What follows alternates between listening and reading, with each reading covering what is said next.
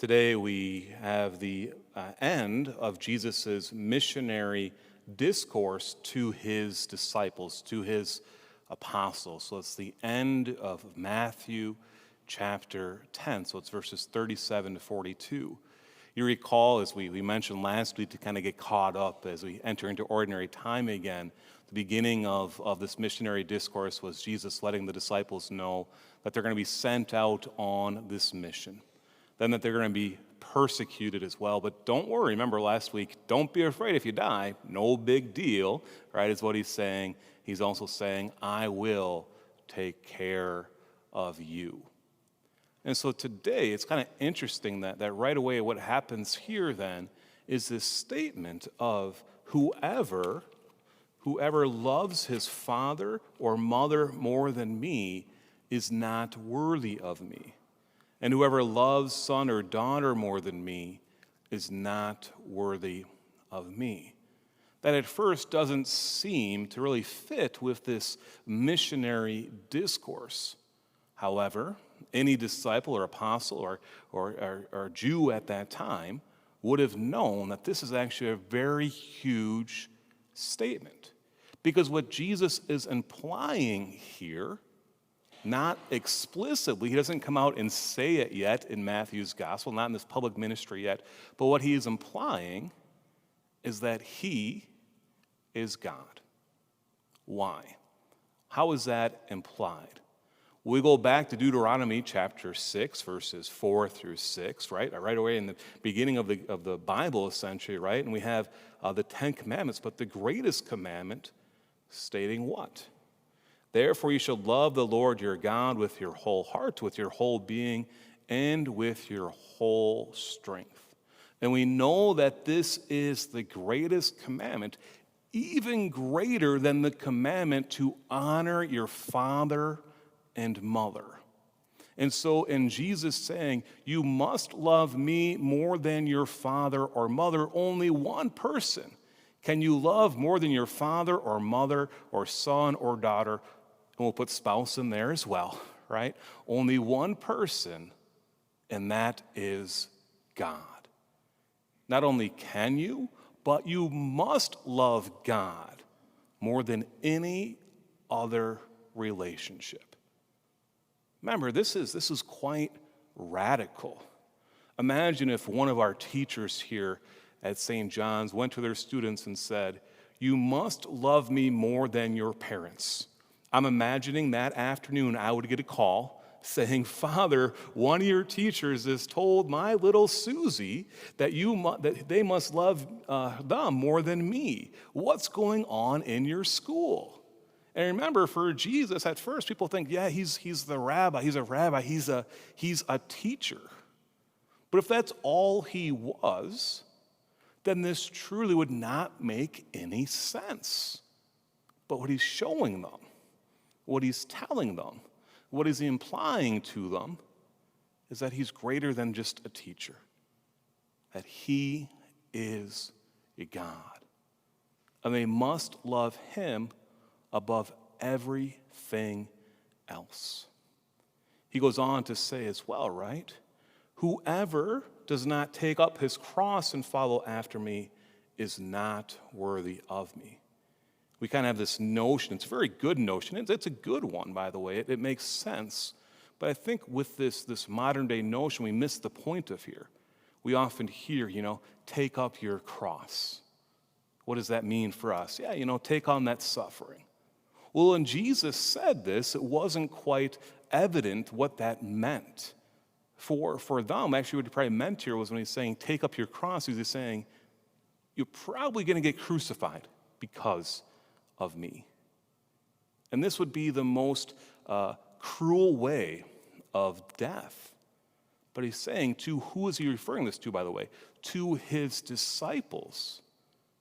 That they must be able to give up their life and follow him to receive that reward. And of course we see that this is what they do. Everyone but John is sped off in a special way, in a different way of his death.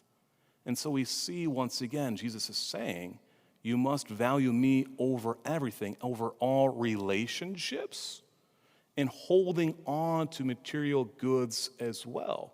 And sometimes we may have this temptation, as he states, right, to hold on to this life. But whoever finds his life will lose it. And whoever loses his life for my sake will find it. It's once again just that showing them that there's that eternal life waiting for us. You know, there's that old saying, and I think it's true when it comes in time for this gospel, that old saying of joy, right? What does joy stand for? Jesus, others, yourself. Jesus, others, yourself. So Jesus, a.k.a. God, right? Others, yourself. And I think it's easy enough for us to say, yeah, I'll put myself last. At least we say it's easy enough. It's really not that easy. But then to say, can we really put God in front of other people? Can we put God in front of our spouse? Can we put God in front of our parents? Can we put God in front of our children? I know I've mentioned this a couple years ago in C.S. Lewis's great book, The Great Divorce, how it's so easy to hold on to those worldly allurements, those worldly attachments and relationships, and not to let them go. But when we do, when we can finally let them go, we're actually going to have that joy, that fulfillment in our life. Because we have God and he has us. And we can live out that great commandment of putting him above everyone else and everything else. So he's saying this not only to the disciples, but he's saying this to us as well, to continue to put him first in all that we do. Jesus ends this missionary discourse, by the way, kind of seems in a strange way once again. He goes on to say, whoever receives you receives me. And whoever receives me receives the one who sent me. And so what he's telling them is, by the way, when I send you out, I'm not sending out Peter. I'm not sending out Andrew. I'm not sending out John. I'm sending you out to represent me, to represent Christ. And so when you go out, when they receive you, they're actually receiving God. And because of that, they're being blessed with God's presence as well. We see in the Catholic Church the beauty of this, of apostolic succession, and how the bishops and the priest act as what? In persona Christi Capitis, in person of Christ the head. And so when it's me at the altar, it's not Alex Carlson up there. It's me acting truly as Christ, in him acting, working through me. And it's so important, as Jesus states as well, that people take care of the ministers, even if it's just a cold drink of water. To one of the little ones, they're going to receive the reward. This is Jesus once again letting the apostles know they're going to be taken care of. They're going to be provided for by God and also from the laity. This has happened, as we know, throughout the history of the church, and even in the Old Testament as well. We hear Elisha being taken care of by this wealthy woman, and how they're so generous that they provide a room for him. So when he comes and visits, he has a place to rest his head. And the Lord blesses that family with a young son. And so this is a prophet who's able to have, the people that provide for this prophet are able to receive this prophet's reward. Even today in our own day and age, right, to be able to take care of the missionaries. We look back at the history of the church, and in the beginning it was the apostles being sent out. We look at Paul, how he was taken care of in all the different communities. Sometimes not too much. We had to become a tent maker to kind of make ends meet.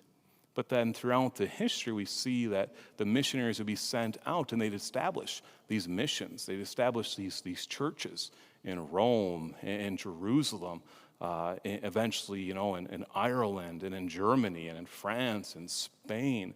And eventually from there, that the church starts to expand and missionaries get sent out from there eventually to the New World here in America. And we saw in the history of the United States church how the missionaries came over from Europe and were taken care of or provided for, not only by the pilgrims themselves, but also by the Native Americans as well, would take care of them. There's a great story of Father DeSmit. He's known as the Black Robe Father, a great Jesuit who ministered to the Native Americans.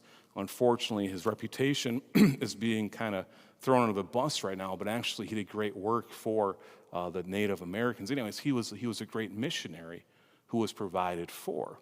Well, eventually we know that the United States church, for the most part, has been set up with different communities. Even the church here at St. John's was a missionary church in the Archdiocese starting in 1903. It didn't lose its classification as a missionary church until 1910 when Father Cushion was here. It was Father William Bush, eventually Father Bishop Joseph Bush, who was the first pastor, who was actually in charge of the missions for the Archdiocese, and that's why he was sent here to Excelsior. But there's that great history and beautiful ministry of taking care of the ministers and how important it is to do for the laity for that to happen. Because when you do, what you're enabling is for God's work to be done. Of course, here at St. John's, once Father Cushing got here and was here for 50 years, he still was a missionary, but it was done in a different way. He would walk around the whole area of the town and other areas as well and start that evangelization. But he had to be provided for, and so the church built the rectory back in the day, back down in Excelsior. Eventually, they built this church up here in the school, and it's continued this tradition of being taken care of. And when you do this, you're taking care of God's work. And this is so important to do. I'd just like to mention real quick that part of this, not obligation, but part of this stewardship is you're saying to the Lord, when I give to the church, I'm saying, this other material goods, I don't need to hang on to them as much. I don't need to attach myself to them like, oh, my precious, whatever it may be. And obviously, the church has changed over the years. Our parish is no longer just two priests, Father Cushion and an associate. It's down to one priest. That's me and Deacon Gary so generously helping out for the ordained ministers. But I like to say that our staff here are ministers as well, that they're actually missionaries in the town, in the community of Excelsior. And that what we need to do is make sure that we provide for them. We provide at least a just wage. You may have noticed, if you looked in the bulletin recently, that obviously with the pandemic and the shutting down of public masses, that our offertory has gone down. We're actually only at about 50% of what we usually have taken for stewardship. Luckily, the payroll protection program that the government provided has helped us out immensely, but that's only a Band-Aid. And what we need to do is kind of make sure that we get back to an offertory level that we can provide for the ministers of the church. It's not just Deacon Gary and I. As for me, I could care less, right? I can live on fish and I don't know what else, but I could find something, right? But for our staff, for our ministers, we need to make sure we take care of them. They do so much work here. They bring so much light into the midst of darkness. Here on the church side, where I'll introduce her at the end of Mass, we have a new music minister and youth minister, Carrie Heft. The church staff as well, just all the behind-the-scenes work they do, the maintenance that's being done around the parish, and of course the education on faith formation in the school as well.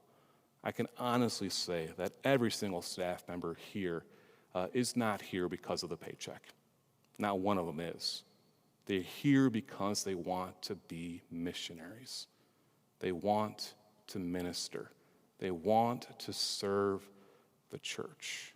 And they do a great job. But we must support them. And how does that happen?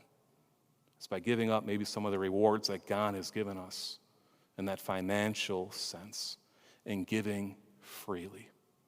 I understand that many parishioners are in difficult times, that maybe your jobs have been affected through this time of the coronavirus and the pandemic. I understand that it was easy when you're away from church, out of sight, out of mind, maybe to stop giving to the collections. But I'm asking them, imploring you, if it's possible, please come back to giving so we can provide at least a somewhat just wage for the ministers here at St. John's. And when you do this, as we can see over and over and over again in our life, God will bless us abundantly. And we give freely. We give because we want to continue the mission here at St. John's. We want to continue the mission of the Catholic Church. We want to have ministers that can serve those here and those out in our community as well. And when we do, God will abundantly bless us, will abundantly bless our parish. And like I said, we then can be this light in the midst of darkness.